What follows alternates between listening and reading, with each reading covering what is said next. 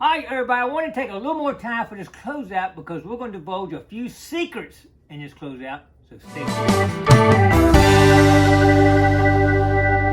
John Boy, we had an awesome day, didn't we? It was one awesome day. Oh, my really God. was. 7 rings, gold and silver. We're going to tell you about that in just a little bit.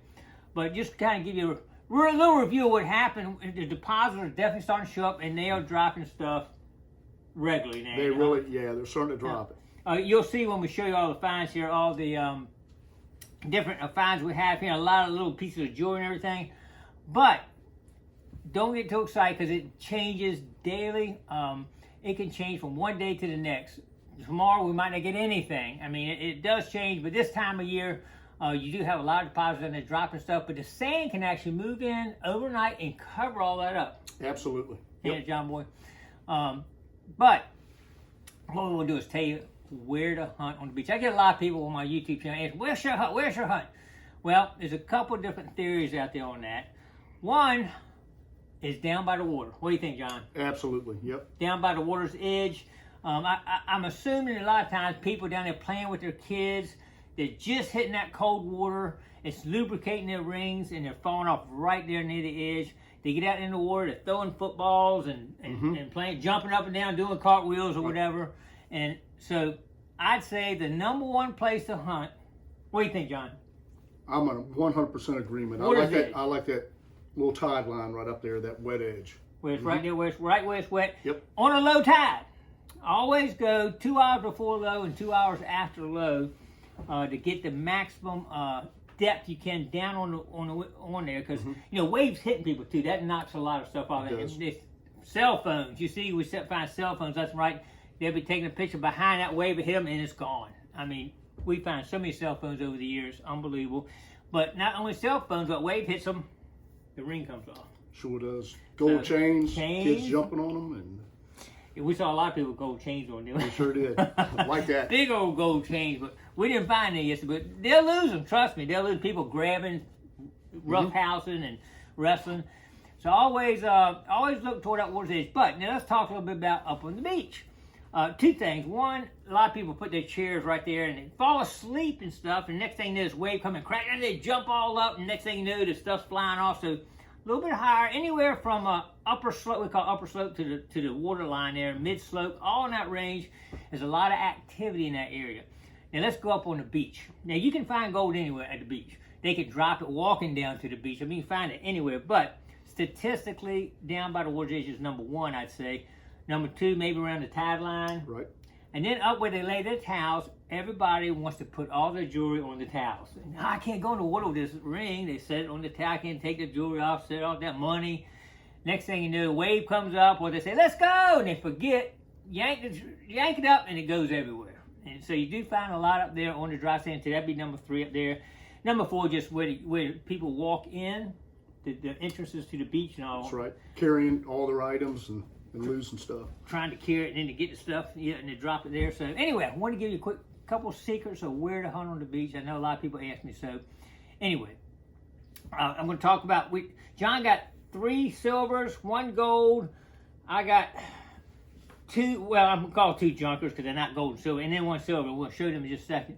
But we'll talk real quick about the 1 gold ring John recovered. I got a call from a friend and said, hey, lady lost a ring down here, and I tried to find, couldn't find it. Come on down, see if you can find it. But she wouldn't give me her number. He tried to get her number so we could go and return it to her if we found it, but she would not give her number. I think she was out of town. She said she was only be there for an hour. We got there, started looking. John snagged it up. I got it. He got it. And it's a really beautiful ring. You'll see in just a minute. But we can't return. We love to return rings, but we can't return them. We don't know a number. John's right now ready to return it. It's sad because I really would like to get the ring back. It's a nice ring, and I miss that part of it anyway. Yeah, absolutely. We love to get the rings back. But anyway, y'all ready to check out some of our finds? Let's check it out right here.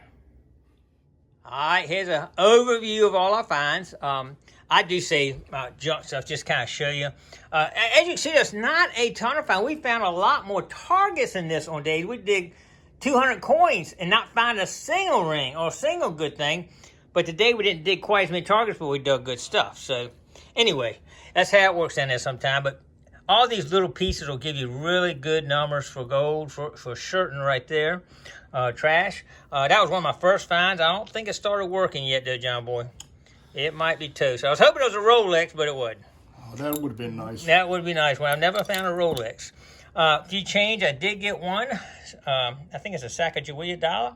Don't find them too much down there. That's kind of cool to get that. Over $2 and change. But like I said, with some of this, remember after you found that ring out, bam, bam, bam, pick like 3 or 4 things right up in a row. We have some little probably a bracelet with a heart. That's a snake actually, which is kind of cool, but it's not any good metal there. Hey, there you go. You can see it kind of right there. Earring, another clip-on earring, another earring, another earring. They lose some earrings, don't they, John Boy? That looked good in the basket, though. I tell you that. I saw that shine in the basket. That looked awful Scared good. me. All right, I got 3 rings.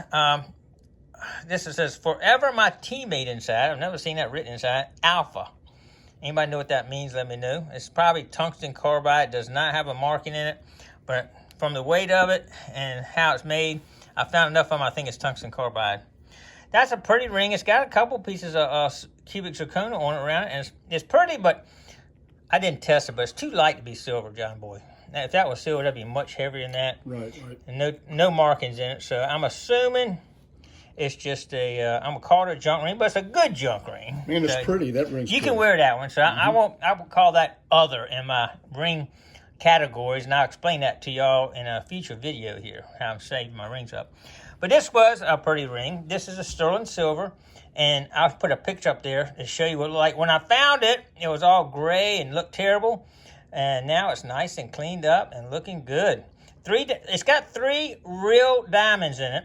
It's called an illusion mount. With you put a diamond on there, then you have one that looks like a diamond. It's just a piece of shiny metal. Then another diamond, a piece of shiny metal. It's called illusion because it makes it look like multiple ones. It's really only half what you see there. But anyway, it's a pretty nice little ring. John Boy over here, he's got a couple earrings, of course. We get them a lot. A few dollars in change. He did this when you got this before I even got there. Right. 2 rings before I even got there. And that is one heavy. That weighs an ounce right there. Sterling silver, an ounce of sterling silver right there. That's a nice one, John Boy. Did it break off or did it did. I'm looking at a little lobster claw clasp up there, and it looks like the... the lobster claw clasp broke. How about that? End of it. And it slipped off the ring, off his wrist there. I didn't see that one, John Boy. There's another little earring there. Anyway, we got 4 rings. Unbelievable.